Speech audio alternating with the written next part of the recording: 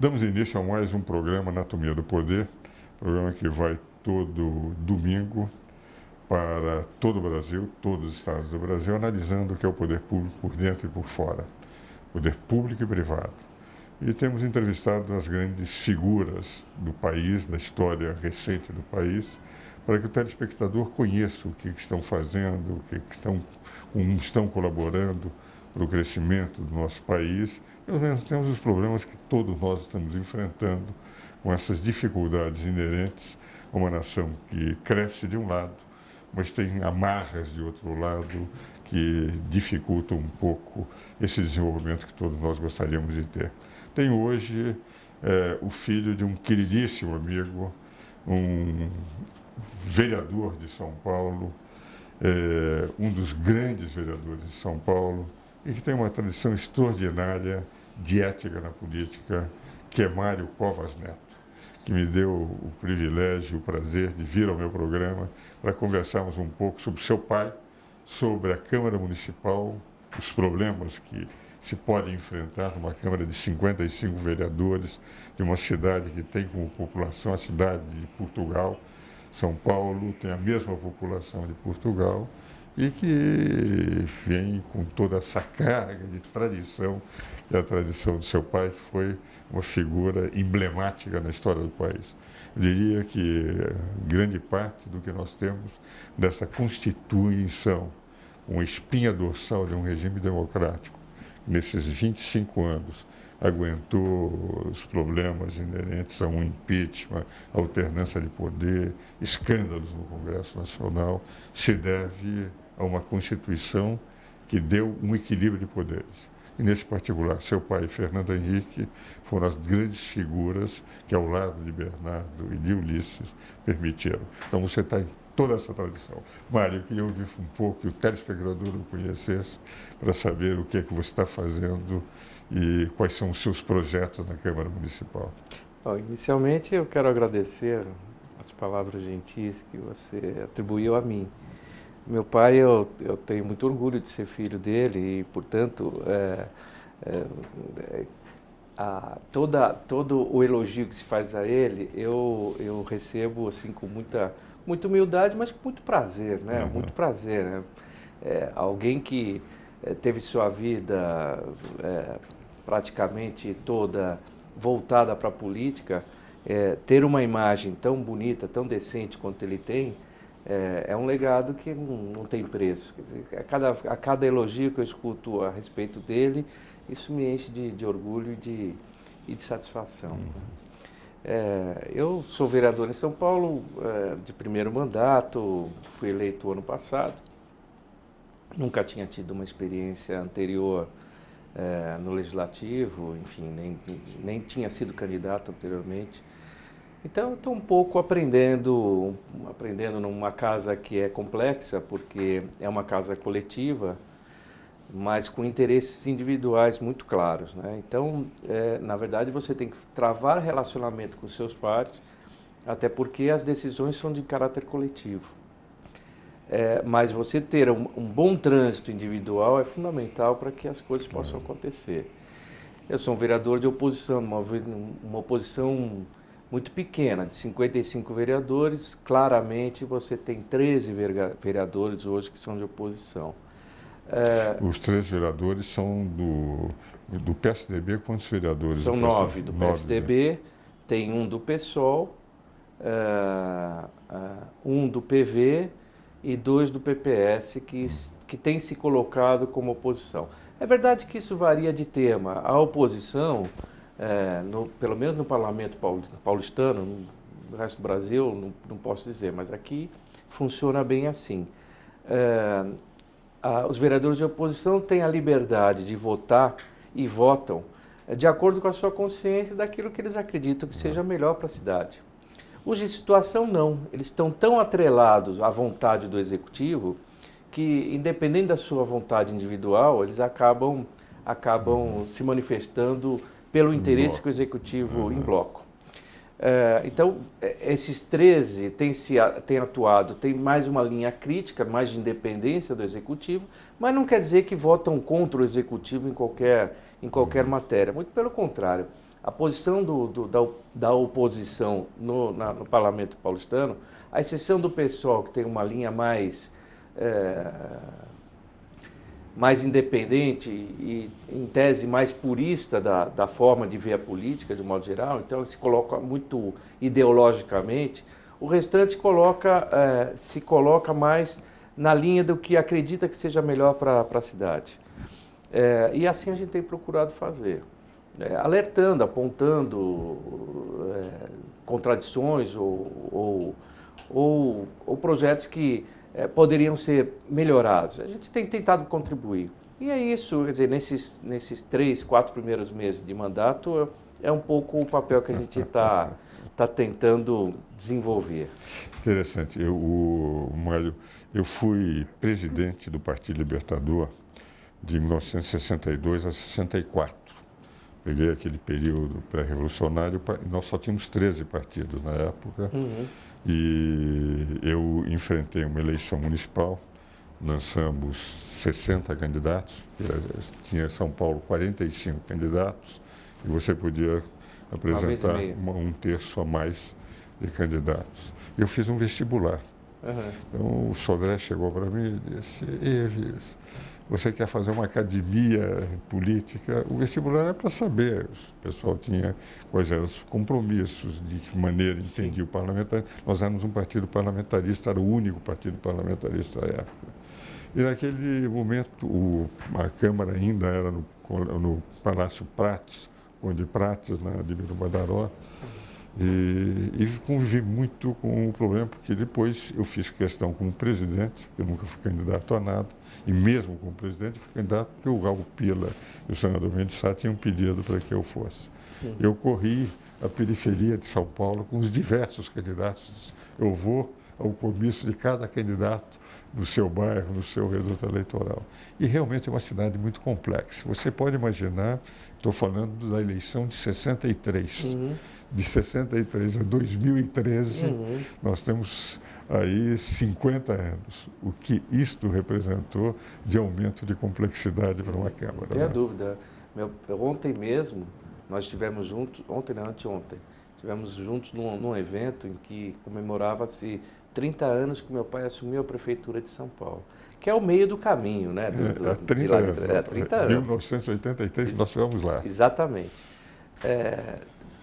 Da época que ele foi prefeito para cá, a diferença é brutal, porque, enfim, eu acompanhava, ainda que perifericamente, porque eu fazia faculdade à época, mas eu tinha interesse, até porque, sendo filho de político, as pessoas te abordam para perguntar as coisas, etc. E eu também era uma pessoa interessada no assunto, então eu acompanhava não diretamente, mas meu pai tinha uma prática de, aos finais de semana, ir para a periferia, onde invariavelmente tinha algum tipo de ação, desde mutirão de guia e sarjeta, ou de construção de casa popular, enfim, ou inauguração de obras, enfim, tinha sempre atividade. Era o melhor momento para ele, na época que ele estava na prefeitura, que é quando ele ia e tinha contato diretamente com a população. E eu lembro bem das imagens daquela época e as imagens da prefeitura de hoje. É uma diferença muito evidente, né? A cidade cresce muito rapidamente e os problemas crescem na mesma velocidade, né? Então, se naquela época a prioridade era asfalto, você ainda tinha uma carência muito grande de ruas por asfaltar ainda na periferia. Hoje já não é mais essa prioridade, passa a ser outra. O poder público está sempre correndo atrás para tentar satisfazer a aspiração popular. Não é? E o nível de carência num país cheio de problemas como o nosso, ela é sempre muito clara, né? Você tem sempre que correr atrás para tentar diminuir isso. E é um dado, assim, do ponto de vista tributário, Mário, que me preocupa muito, porque hoje, pelo Fundo de Participação de Municípios, quer dizer, o IPI, o Imposto de Renda, tem que ser redistribuído pelo país. Ora, uma cidade como São Paulo tem necessidades incomensuravelmente maiores do que pequenos centros. Ora, todo o IPI, Imposto de Renda, que é arrecadado em São Paulo fica com muito pouco, fica com 1%, qualquer coisa, entende? Que vale dizer, nós temos necessidade, temos uma carência de orçamento. Eu acho que o orçamento hoje de São Paulo está em torno de 38 bilhões de dólares, 35, 38 bilhões de reais, o que representa quase nada, entende? Para uma cidade que é do tamanho de Portugal, é a população de Portugal. E o que nós vemos é que o que nós temos de tributos arrecadados aqui, eu não digo de CMS, que temos a nossa participação garantida constitucionalmente, mas de IPI, de imposto de renda, fica 1, qualquer coisa por cento, muito pouco o que fica para São Paulo, de tudo que se arrecada e vai para o resto do Brasil. Eu acho que é uma distorção grande, né? Tem a distorção econômica, que é essa, tem a distorção política também, que na representação nós estamos subrepresentados. Mas a verdade é que quando a gente vai para os lugares mais carentes do Brasil, você percebe que o poder público local ele é extremamente dependente do poder central. Ele não consegue, pelo orçamento próprio, sobreviver. Ao contrário de São Paulo. São Paulo, com todas as dificuldades, ele consegue sobreviver. E talvez isso seja o pior dos mundos, porque na medida em que ele consegue sobreviver, ele mesmo tem uma autossuficiência equivocada, assim como o governo federal também olha para São Paulo e fala, não, aqui ele não precisa nada, porque eles conseguem se virar sozinhos. Isso vale para o estado de São Paulo também, não é só para a capital, para o estado também. Basta ver o seguinte, todas as ações do governo federal em programas específicos de qualquer ministério, se for ver, os municípios que aproveitam desse recurso, acabam sendo fora do estado de São Paulo. Isso por ineficiência ou por até uma questão de autossuficiência, né? Vamos agora aos nossos comerciais.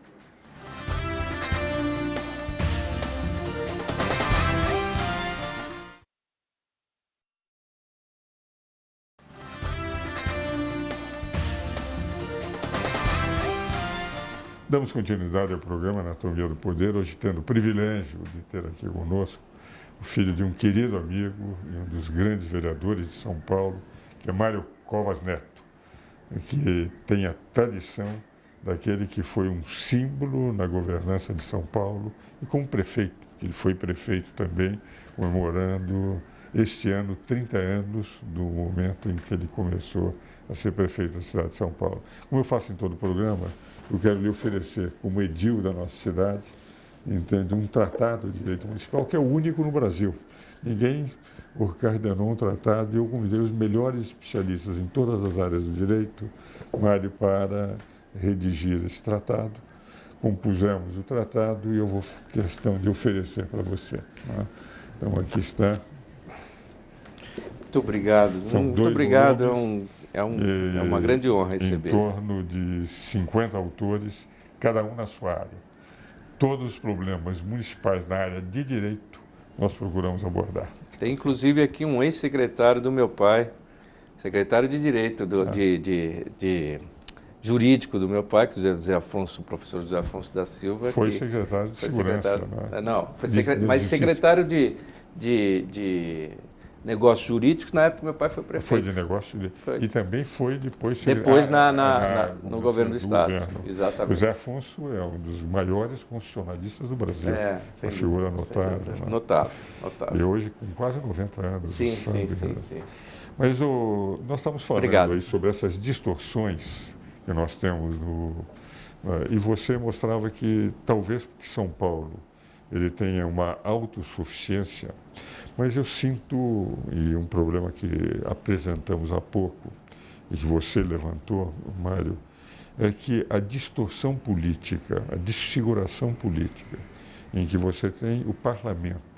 Eu sou parlamentarista desde os tempos acadêmicos, presidi um partido parlamentarista, que era o Partido Libertador, antes da Revolução de 64, que, na verdade, hoje a maioria do Congresso Nacional dos deputados representa a minoria da população. São Paulo, com qual é a população de São Paulo, acho que estão quase 30 e poucos milhões, se não mais.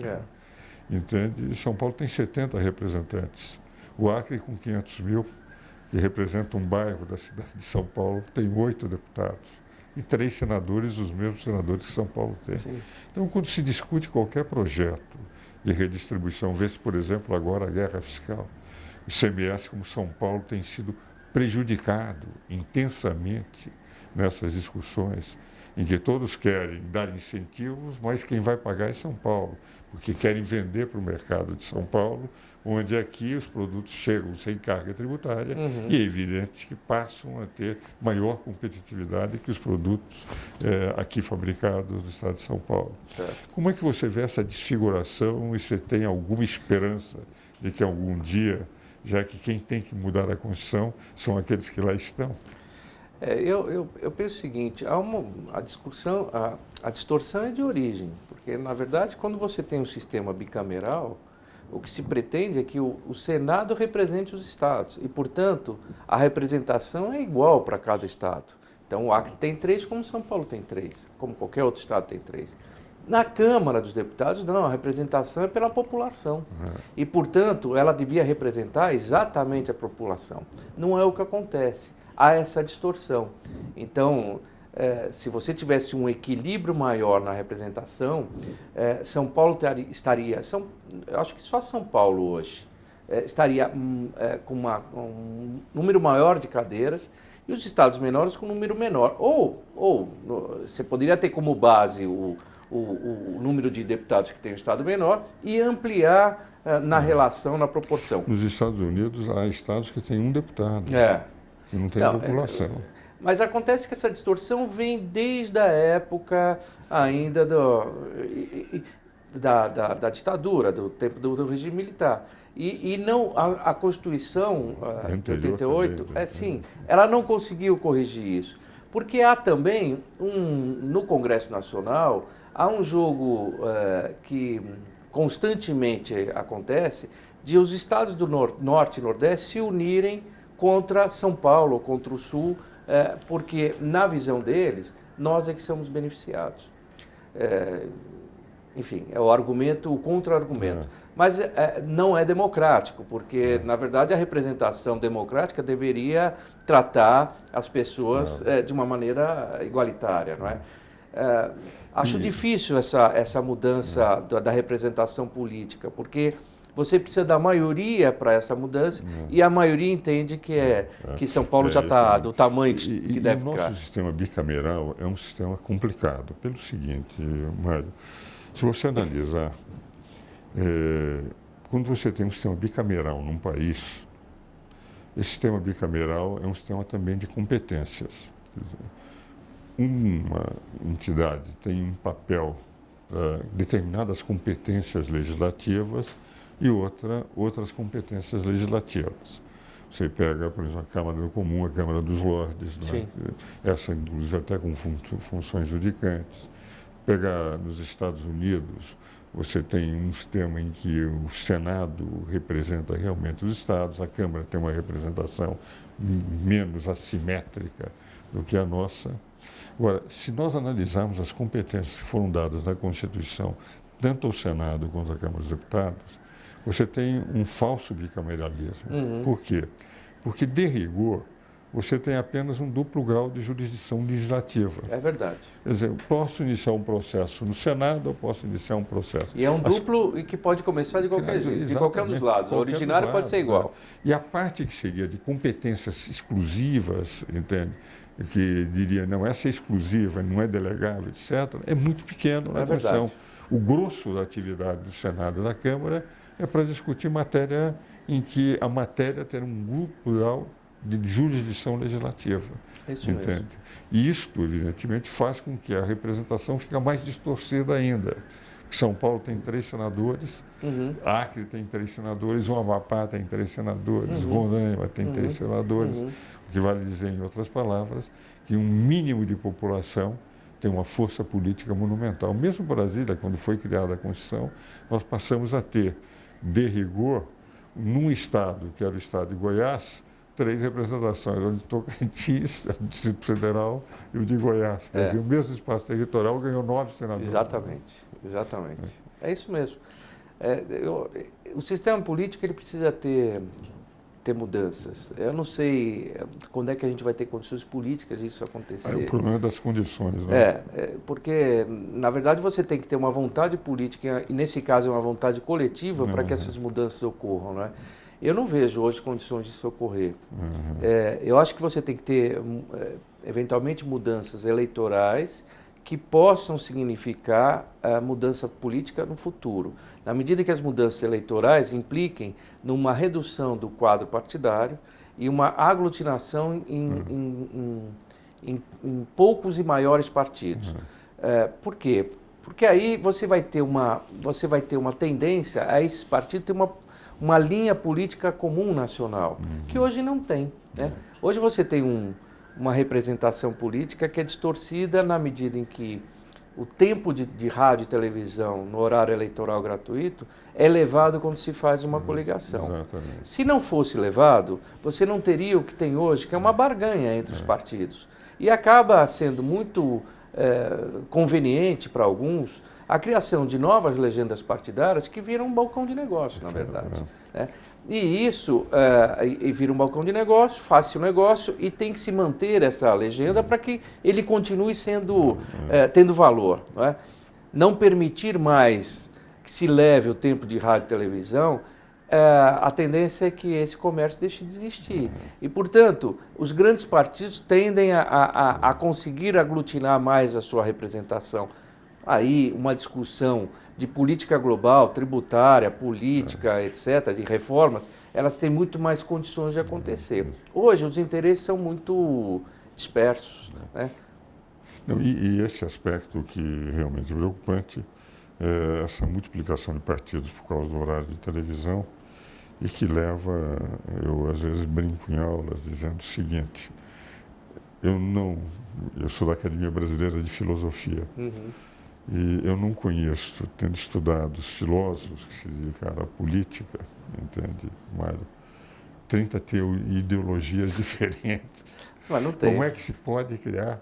Guy Spivak, que era um grande autor americano, que analisou, entende, os sistemas políticos que não tinham, os países que não tinham tido ruptura institucional da Segunda Guerra Mundial até 1985. Quando ele escreveu esse livro, que até o Ulisses me pediu emprestado, disse, olha, não vou emprestá-lo, vou xerocopiar e mandar, porque é um livro raro. Ele encontrou só 20 países que não tinham tido ruptura institucional. 19 eram parlamentaristas e um presidencialista.